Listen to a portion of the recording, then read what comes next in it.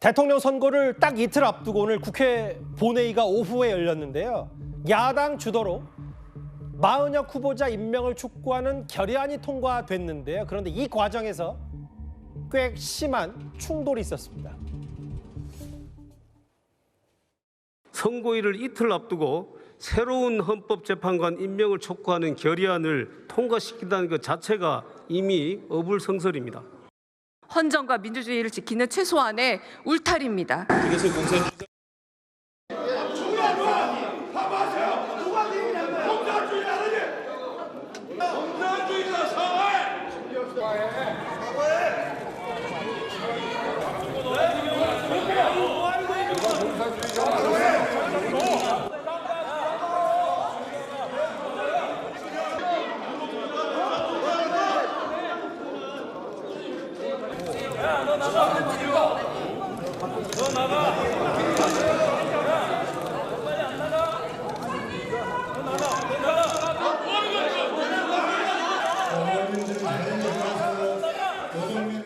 마은혁 재판관 후보자는 과거 인민노련 출신으로 교육과 선전을 담당하는 핵심 멤버로 활동했던 대한민국의 자유민주주의 체제 전복에 투신했던 사람입니다. 과거 활동에 대해서 반성이라던가 전향에 대한 입장이 전혀 없었던 사람입니다. 그렇기 때문에 자유민주주의 체제를 수호해야 되는 헌법재판소의 헌법재판관 후보로서 적합하지 않다라는 점을 분명히 말씀을 드립니다. 저는 강유정 의원에 대해서 공산주의자라고 얘기한 것이 아니고 마은혁 재판관 후보에 대해서 공산주의자라고 얘기했다라는 점에 대해서 분명히 말씀드립니다. 탈북자 출신이죠. 국민의힘의 초선 박충건 의원이 저 본회의장에서 공산주의자 저 발언 때문에 최세영 평론가님 꽤 오늘 고성이 오고 갔네요. 국회가 좀 내용을 알았습니다. 근데 박충건 의원의 출신을 생각한다 그러면은 이제 우리 대한민국에 왔기 때문에 이렇게 좀 말하자면 과한 표현을 할 수도 있다라는 생각은 하지만 그래도 국회 안에서 표결 중에 공산주의자라고 하는 이야기는 사실은 저는 적절치 않았다고 봅니다. 왜냐하면 지금 헌법재판관 후보로 국회가 선출을 했기 때문에 그래서 이제 지명을 안 한 것뿐이지 사실은 국회가 추천을 한 건 맞거든요. 그렇기 때문에 그 부분에 대해서 조금 과한 표현을 했는데 여기서 제가 지적드리고 싶은 거는 사실 지금 이 시기에 그 마은혁 재판관 후보가 설령 촉구가 임명이 된다 그래도 아무런 역할을 못 해요. 4월 4일 지나고 순차적으로 해도 됩니다. 어차피 두 분의 재판관 퇴임할 때 또 대통령 지명 몫에 두 사람의 얘기가 같이 꺼내 나오기 때문에 그때 함께 해도 되는데 굳이 저렇게 무리하게 하다 보니까 국민의힘에 또 저렇게 과한 반응을 좀 이끌어낸 것 같은데 어쨌든 지금은 4월 4일 평결의 시간이고 선거의 시간입니다. 그렇기 때문에 저런 것들 또한 자극제가 되고 저런 것들이 또 국민들에게 굉장히 좀 부적절하게 보일 수 있기 때문에 국회는 정말 지금 이 순간부터는 자중할 필요가 있겠다. 그리고 저렇게 정말 열기를 가라앉히고 이른바 가스를 자꾸 좀 빼는 그런 상황이 지금 도달해 있다라고 생각을 합니다. 공산주의자 저 5자를 얘기하자마자 국회 본회의장이 꽤 소란스러워졌고 그러자마자 또 박성준 의원이 또 저렇게 일어났고 아까 보면 노종면 원내대변인이 저렇게 여당 의원들 자리 가서 항의하는 모습 당사자인 박충근 의원이 말리면서 또 본인이 한 소리 들으니까 또 야당 쪽 보고 얘기하고 박충건 의원 얘기했어요. 인민노련 출신의 마은혁 후보자를 공산주의자라고 한 거지 연단에서 했던 강유정 의원을 지칭한 건 아니라고 했는데 참 선거 이틀 앞두고 국회 오랜만에 또 장외에 있다가 국회의원들이 왔는데 소란 그 자체였습니다. 근데 근본은 이런 거라는 거예요. 그 장현주 변호사님. 아니 선거 이틀 전에 왜 마은혁 후보자 임명 촉구 결의안을 내냐. 진보 우위를 만들기 위한 대통령 탄핵 선거 이후에도 뭔가 이런 꿍꿍이가 있는 게 아니냐라는 게 이제 국민의힘 얘기거든요. 글쎄요, 저는 일단 이미 대통령에 대한 탄핵 선고일까지 결정된 마당에 국민의힘에서 뭐 민주당이 꿍꿍이가 있다 이런 말 하는 것 자체가 저는 좀 논리적으로 궁색해졌다고 생각합니다. 마은혁 재판관 임명하라고 뭐 결의안까지 촉구를 해야 되는 이 상황이 참담한 것 아닌가요? 결국 헌법재판소에서도 마은혁 재판관 임명하지 않는 것 국회 구성권을 침해하는 것이다, 위헌이다 확인했습니다. 그럼에도 권한대행들이 이 위헌적인 상황을 지속하고 있고 헌법 위반을 계속해서 하고 있는 것 것, 그럼 이걸 국회에서 그냥 둬야 되는 것입니까? 결의안을 촉구해서라도 국민들께 헌법을 수호하는 의지를 보여야 되는 것이 당연히 야당의 입장이고 그리고 국회가 해야 될 일이라고 생각합니다.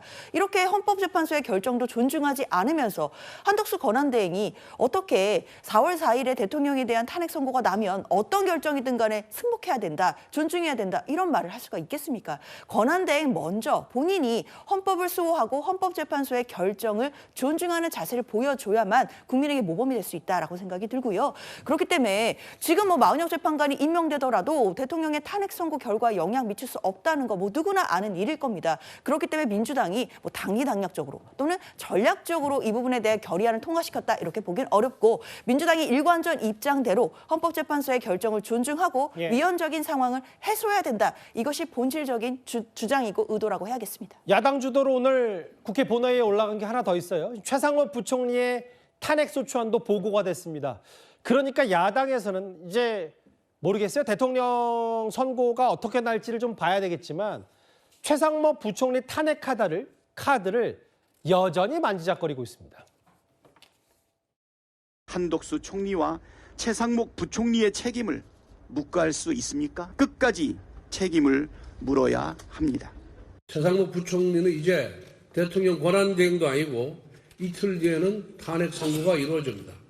그런데도 최상목 부총리를 탄핵하겠다는 것은 실익이 없는 분풀이식 보복이고 대한민국의 경제에 대한 탄핵이자 테러입니다.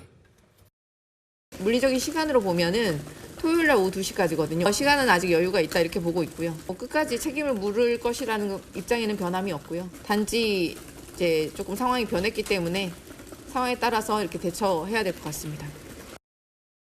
저 민주당 황정화 대변인 말을 듣기에 따라서는요. 저 윤기찬 부위원장님 이게 이게 토요일 2시, 그러니까 모레가 대통령 선고고 상황을 봐서 최상목 부총리의 탄핵을 할지 말지 결정하겠다는 어떻게 받아들이시겠어요?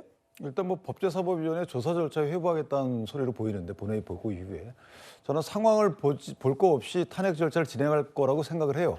지금 민주당 입장에서 마은혁 재판관 후보자에 대해서 저렇게 집착하는 이유는 사실은 저는 개인적으로 대통령에 대한 탄핵 결정 그 결과를 보고 또 내란죄 재판에 대한 결과를 보고 민주당 분명히 국민의힘을 위헌 정당 해산 심판 청구를 할 겁니다. 그래서 이전에 문재인 대통령 대통령 되시기 전에 그 이후에 국정농단이라고 하면서 적폐청산을 통해서 보수의 정치 세력을 거의 와해시켰거든요. 지금도 아마 그렇게 분명히 할 거예요.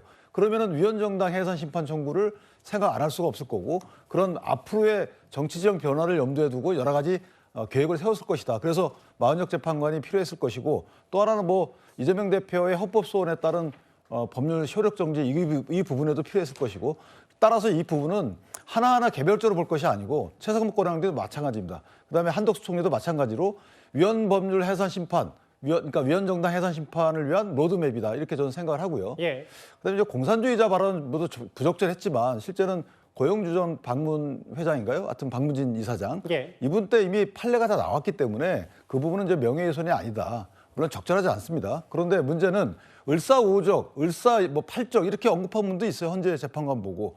현재 재판관 보고 어떻게 하면 을사오적, 을사팔적 이렇게 얘기하시면서 그거 더 부적절하지 않은가요? 그건 명백히 명예훼손적 발언인데 알겠습니다. 이런 식으로 서로 간에 주고받는 그 수위가 점점 올라가는 것은 문제가 있기 때문에 저 부분 갖고 또 서로 공격의 대상으로 삼는 것보다는 아까 말씀드린 대로 지금 당면 과제는 뭐냐면 대통령 그 탄핵 심판 결과에 대해서 승복하자는 메시지를 정당 차원, 당대표 차원에서 내는 것이라고 저는 생각합니다.